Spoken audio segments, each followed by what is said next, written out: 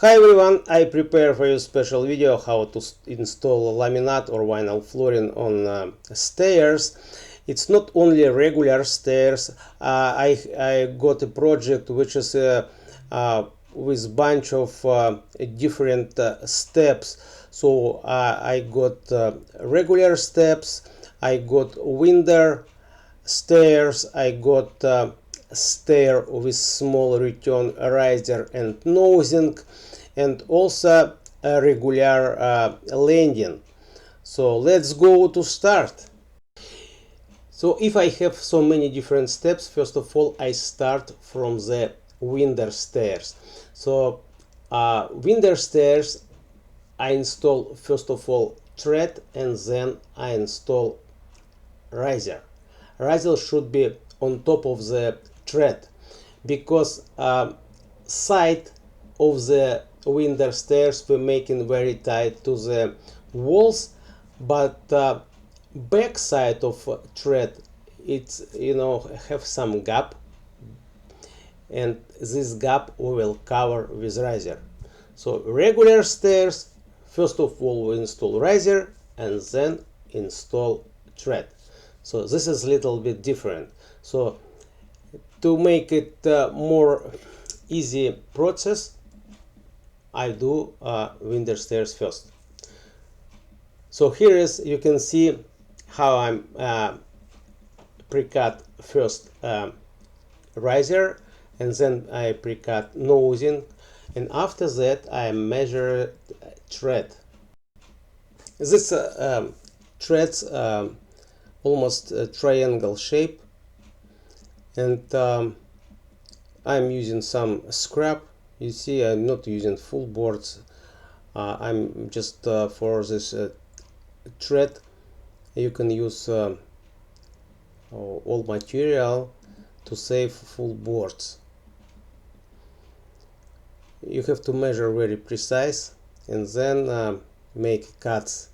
Better make a little bit this thread little bit bigger, and then cut again a little bit. Sometimes if you're doing it once and follow the line, and then when you start measuring it's a little bit smaller, and you have to take another few boards and cut it again, and without experience you can cut a lot of material and make a lot of waste before you get exactly what you needed.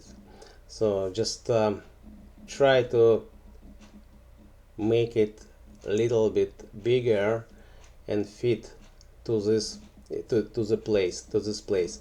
You see, I attach to the wall very tight this thread, and then I glue the riser. Why I'm gluing riser? Because it's for regular stairs. You see on the bottom regular stairs. So I install the riser, then I will attach the thread for regular stairs. Threads and riser I always gluing with construction glue. It's tight bond glue, very strong, and if you just glue it once and no any movement. Also don't forget put glue close to the wall from both sides. This is from my experience. If you put glue close to the wall, and when you walk over the stairs, stairs always move, doing some little movement, and if you glue stair to drywall, no any squeaks. So but if you don't put glue on the edge between thread and drywall, sometimes you can hearing the squeaks. This is from my experience. You can use it for gluing nosing to the laminate floor. I using regular wood glue. Now here is a very tricky moment because from we have to install pre-cut nosing for window stair, and one side it's like bird tail. So it's very hard to make exactly precise, and what I am doing, I'm just a little undercut the corner of the drywall to get any possibility to to slide this nosing a little bit under. And then first I pre-cut this bird tail. You see now it's fitted a little bit slide under. And then another side I'm doing pre-cut with this same piece. I always use scrap. It's left over from another nosing which I already pre-cut. And so I cut this one piece to two pieces, you know, for both sides, and then I measure whole length of this nosing, and also I measure dimension between these two pieces. It's much easier to make a nice precise cutting. Always try to do it a little bit bigger than smaller, because sometimes when you cut it, it's little short. So okay, so next step, when I pre-cut nose, I'm using a stair jig to measure the corner, you see, and then I'm pre-cutting the first board after nosing.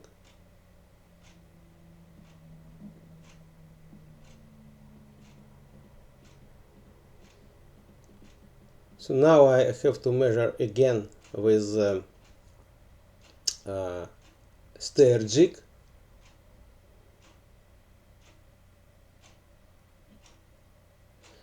Why I'm not full of just line what I measure just first board? Because sometimes walls it's little crooked or rounded, and for more precise I measure a few times.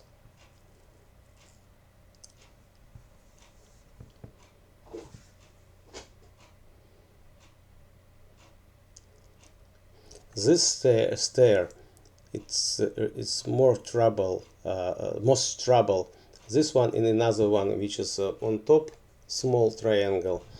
It's very hard to do it, but if you did it, other steps for you like piece of cake.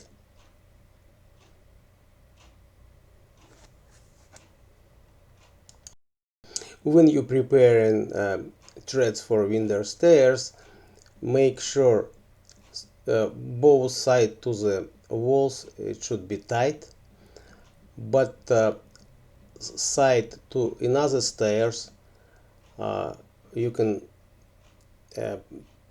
have some little gap, and with this gap you can play, you can move thread a little bit forward or push it back. Why I need this gap, you know, and this gap later when you install thread you can cover with a riser. So that's why we installing thread and then we installing a riser. This is the trick. Better cut boards separate and then assemble it together, because this piece is too big and very hard to do cuts. You can, because we stable, so it's very dangerous work, so you can get injury. You see, when I put the thread on the place, some side of the wall a little bit crooked, and I also, if it's possible, to undercut the wall to slide the thread under.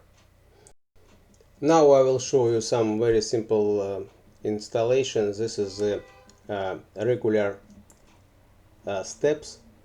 So straight riser, straight thread. So first of all we measure with jigsaw stair jig riser, then pre-cut this riser. After with stair jig measuring thread, then pre-cut the thread, and very simple steps, and then glue it and put some nails. So regular steps I installing from the top to the bottom.